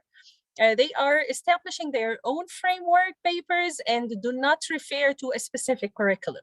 So here is the real challenge. When you are working with your student for the whole year, you are following your curriculum, you are trying to measure his understanding, you are trying to measure relative growth in learning. And by this, at the end of the year, you find that your student is going through an international assessment. So in this case, you feel like, here we are. This is a real assessment, because these boards, they are not following any curriculum, and this is a surprise for your student. They are unable to draw appropriate assumption about individual students. Rather, they focus on drawing conclusions about their targeted markets. This is the thing they are working on. Like, how many students with high score of SAT, for example, I'm collecting from zone 3, zone 2, I don't know what. So this is the way they are working upon. So here we go. This is the way we can measure learning over time. Let's go for the second one. Now we want to discuss together what are the tips that I can use to improve student outcomes according to the assessment data analysis I have prepared. So let's start with step 1. At the beginning, you need to forecast student success rates. And of course, that wouldn't happen with you only. You need the help of your, let's say, school's administration. Because before you register the students to the school or to your institution, you need to forecast their success rates. And you need to give them, as we say, some schools, they call it acceptance tests. Some schools, they call it placement test or something like that. So according to that, you can figure out what would happen with my students in the future. Are they, would they be able to go through this curriculum or not? Can I put them in this level or not? Because I think you have experienced that regarding English language or ELT. Some schools are not putting the student in a specific class, but they are putting them in specific levels. So when it is the time for the English lesson, the students just move to their level. They are A1 or A2 or B1 or B2. They don't stay in their class. So maybe in let's say B1 class, you can find students from grade 5, 8, 9, and so on. So actually forecasting your students' success rates is really important at the beginning, because you can go to step 2. What might be my step 2 or my step 2? You can support your students who may be struggling. Actually, I'm gonna plan, I will put my plan for that before the student struggles. Because, you know, once the student feels that he's struggling with this English language, let's say, they feel like dismotivated and the rate of their progress is going down.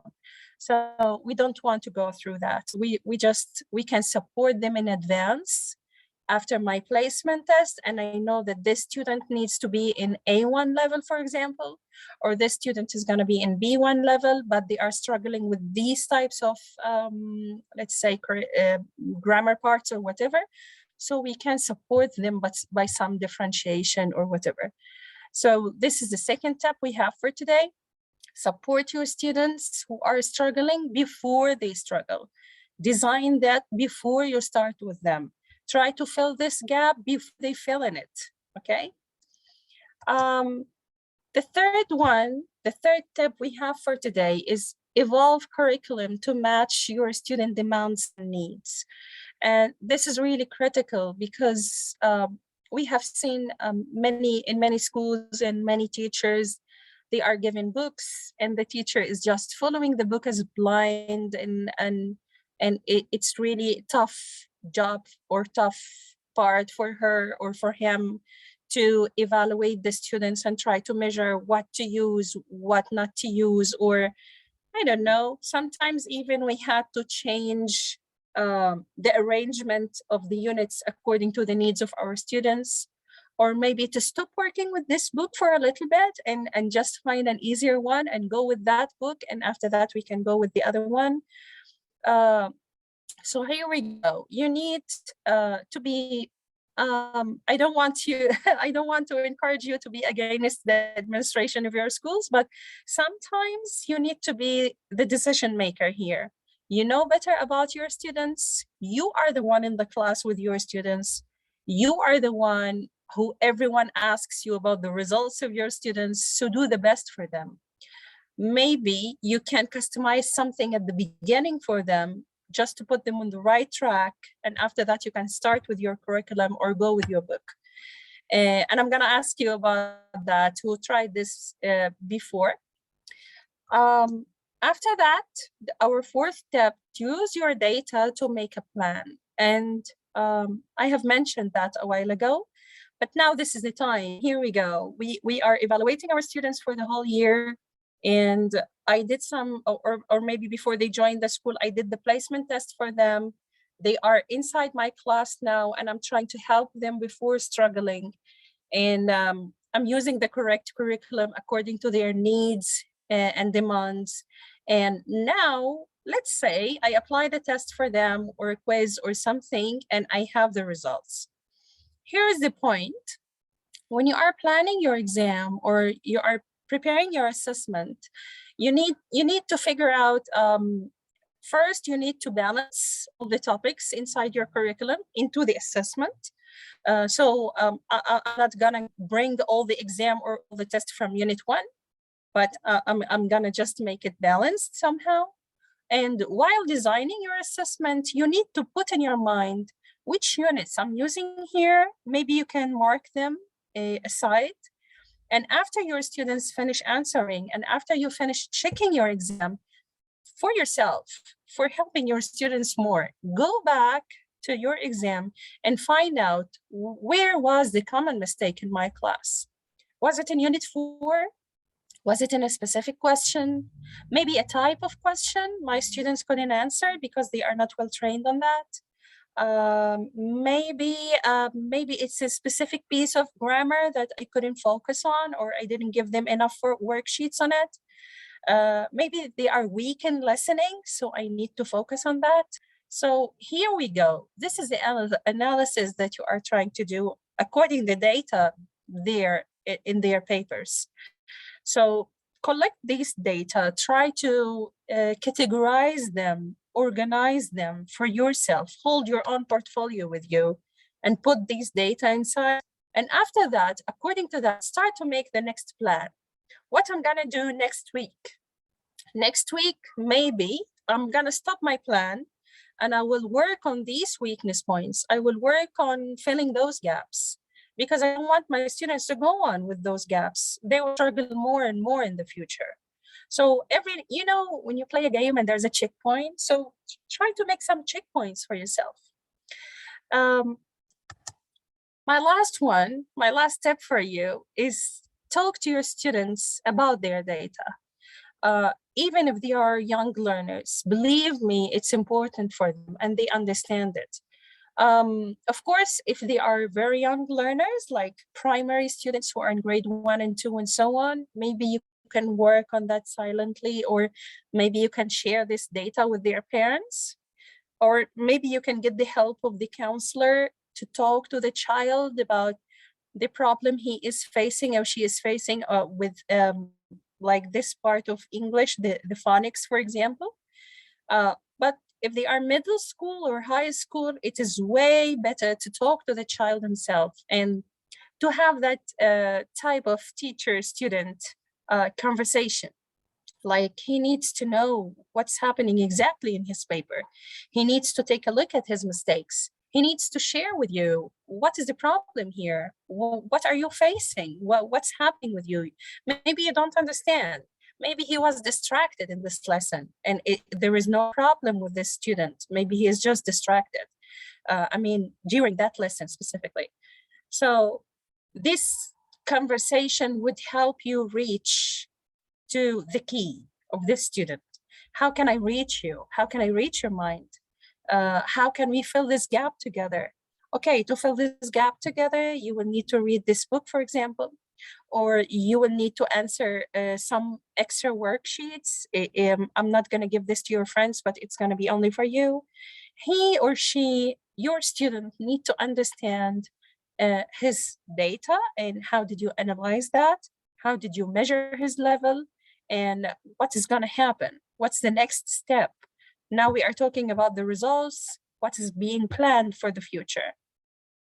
I believe my students, whoever I taught from grade 1 till high school and even adults, they are smart enough to understand you and to figure out everything. That's why the first thing I do when I get inside the class is writing on the board, what's the plan for today? Today we are going to talk about 1, 2, 3, even if they are grade 1. They would follow that plan on the board and try themselves to be with you on the right path.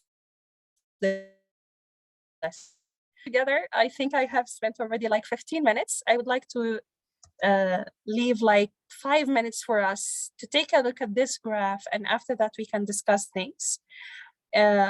This is a study that I have found on by McKinsey analysis, and here are the factors that might affect the students' level or during their assessment and so on. If we take a look at different areas in the world and we take a look about the factors here, we can find that mindsets regarding the subject orientation, and here mindsets in general, home environment, student behavior, school factors, teacher factors, and others. Take a look at whatever the area you are sitting in or teaching in. And for example, I'm working among Asia and Europe, and as I see, this is really correct. Students, the mindset is really affecting the students. That's okay. As we see, this is a big thing, that the mindset regarding the assessment. I mean, once you say assessment, they are waiting for an exam paper. But actually, there are many other types. I'm sure that my colleagues have talked about many of them. Here we can take a look, for example, in my point of view, I'm looking at Asia and Europe. If I'm looking at the school factor here, it's like 18% in Asia and 20% in Europe. So we need to take a look here. What is going on with the mindset of the people in these areas? Or what's going on with the school factors there? What's happening to affect them that much? Okay, in the chat box, everyone please write to me, what do you think is the most important factor that might affect your student while having the assessment or their assessment? I will wait for your answers.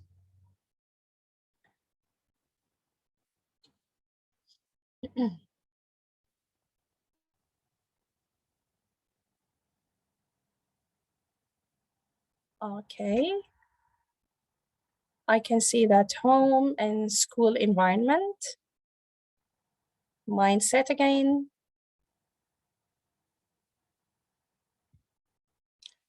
Okay, regarding the slides, I can share it with Mrs. Ra, and she can share it with you. Distractors, yeah. Most common is home environment, yeah. Yeah, the curriculum in our context, yeah, definitely. Sometimes, not sometimes, most of the times it affects, because sometimes we choose wrong curriculum to wrong kids. So, for example, I have students for language B, and I go and choose language A for them, and I just try to apply it on them. So it's crystal clear that they are not going to understand anything. Yes, technology distractors, I totally agree with you. Yeah. Now some of my students are asking to be assessed by their tablets or computers because it looks easier for them, but actually they need to take to get used to different types of assessment. In India, it's a school. Okay, school, there is a problem. It takes a village to raise a child. So yeah, I agree with you, sir. Yes, nice answers. Okay, so now we are all educators here. Let's finish up with a tip from every one of you. What would you advise me, or what would you advise our colleagues here, our friends here, about assessment and how to use these data or the data we are collecting from their papers to help them grow or to help them improve? Can you share any idea here?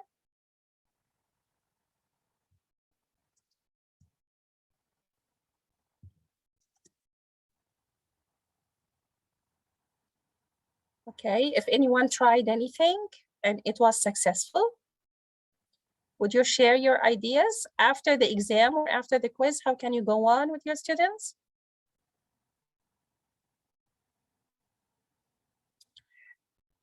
Okay, so it looks already we are the just about mindset. to run. Yeah. We run out of time. Yeah, The here mindset, are my yeah, the mindset we have here. Thank you, Sarah. Thank you so much. Thank you. Thanks to everyone. Here is my, I don't know, Instagram and my email and everything, if you would like to ask about anything. And I wish we can be, thank you, Ms. Isra and Teach again for having such a great event. It was really nice. Thank you so much. Thank you, I Ms. would say, Marwa. thank you, dear. Thank you so Thank much. you I for would say good joining evening. us. Thank you very Yeah. much.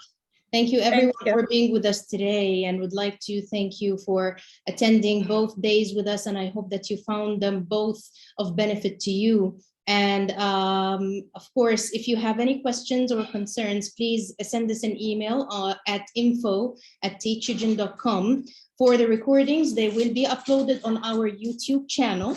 So please go and subscribe to our YouTube channel so you get notified when you find the recordings uploaded. Now, kindly note that the certificates of attendance will be sent within 2 or 3 weeks from today. Don't forget to follow us on Facebook, Twitter, Instagram, and LinkedIn to know about our upcoming events and offers. Thanks again, and have a lovely evening.